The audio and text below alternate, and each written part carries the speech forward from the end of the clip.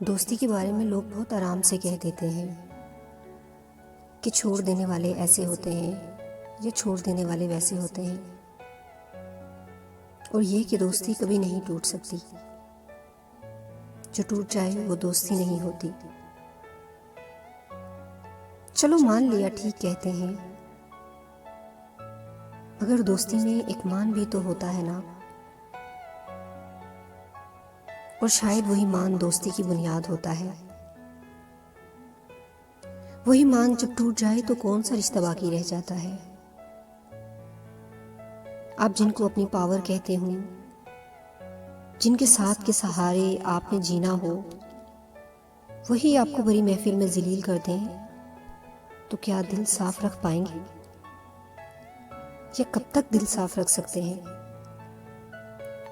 ان کو کوئی فرق نہ پڑتا ہو کون آپ کی زندگی میں کیا ہے۔ آپ کو تکلیف دینے والے لوگ ان کے سکون کا باعث ہوں، آپ پر ہنسنے والے لوگ ان کے دل کی صفحے اول میں ہوں۔ ان کو آپ کی فیلنگ سے کوئی فرق نہ پڑتا ہو تو بتائیں، چھوڑ دینا غلط ہے کیا؟ یا کیا یہی غلط ہے کہ کبھی ان میں دوستی تھی؟ نہیں، ایسا نہیں ہوتا۔ کبھی کبھی ٹوٹ جاتا ہے دوستی کا رشتہ بھی۔ آپ جتنے بھی مخلص رہے ہوں یا مخالف جتنے بھی مخلص رہے ہوں، مگر جب مان کی بات آ جائے تو انسان ٹوٹ جاتا ہے، اور ایک ٹوٹا ہوا انسان کون سا رشتہ نبھا سکتا ہے؟ ویسے بھی ساتھ رہ کے دوسروں کی بے حسی دیکھنے سے بہتر ہے انسان اکیلا رہ کر آنسو بہا لے۔ اللہ نے ہر انسان کو کسی مقصد کے تحت پیدا کیا ہے، اور ہر انسان کی کہیں نہ کہیں کسی نہ کسی موڑ پر کوئی نہ کوئی اہمیت ضرور ہے۔ بعض اوقات ہمیں ہمارے مقاصد کا علم ہوتا ہے، اور بعض اوقات ہمیں اللہ کی جانب سے کوئی نہ کوئی اشارہ مل رہا ہوتا ہے جس سے ہمیں ہمارا مقصد جاننے کی راہ دکھائی دیتی ہے۔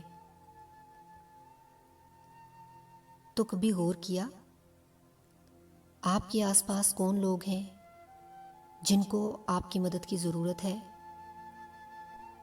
ضرور مدد کریں ان کی، ہو سکتا ہے ان کی مدد ہی اللہ نے آپ کا مقصد بنایا ہو۔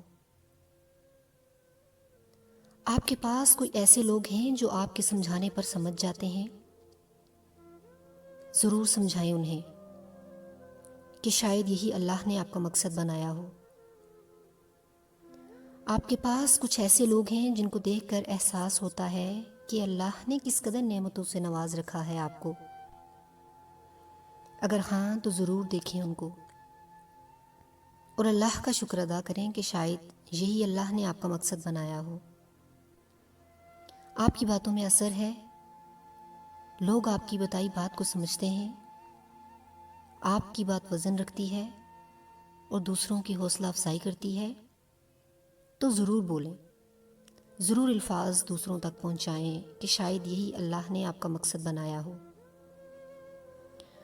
آپ کے پاس کوئی بہت بڑا دکھ ہے، مگر آپ کے ساتھ آپ کا کوئی ساتھی کسی چھوٹی سی پریشانی میں ہمت ہار بیٹھا ہے، اس کے ساتھ اپنے مسائل ضرور شیئر کریں۔ ہو سکتا ہے اسی سے اس کی اصلاح ہو جائے، اور شاید یہی اللہ نے آپ کا مقصد بنایا ہو۔ آپ بہت جلد مایوس ہو جاتے ہیں، مگر آپ کے پاس کچھ ایسے افراد بھی ہیں جو زندگی کی تلخ ترین باتوں کو سہ کر بھی زندہ ہیں اور مطمئن ہیں، تو ان کو دیکھیں، ان سے سیکھیں، شاید اس سے آپ کی مایوسی دور ہو جائے اور آپ دوسروں کو بھی ان کی مشکل میں اچھی نصیحت کر پائیں۔ شاید یہی اللہ نے آپ کا مقصد بنایا ہو۔ یاد رکھیں، آج کل ہمیں بہت کم وقت ملتا ہے، یا شاید ہم نے ہی اپنے رب کے لیے وقت نکالنا بہت کم کر دیا ہے۔ تو ایسے میں ان چھوٹی چھوٹی باتوں کا خیال رکھنا نہ صرف رب کو خوش کر دے گا، بلکہ آپ کو دلی اطمینان بھی حاصل ہوگا۔ جب انسان کو عادت ہو جائے مایوسی کی، تو اللہ کی جانب سے اس کا سکون چھن جاتا ہے۔ پھر کچھ بھی حاصل ہو جائے، ہمیشہ کسب اسی کی رہتی ہے جو لا حاصل رہ جائے۔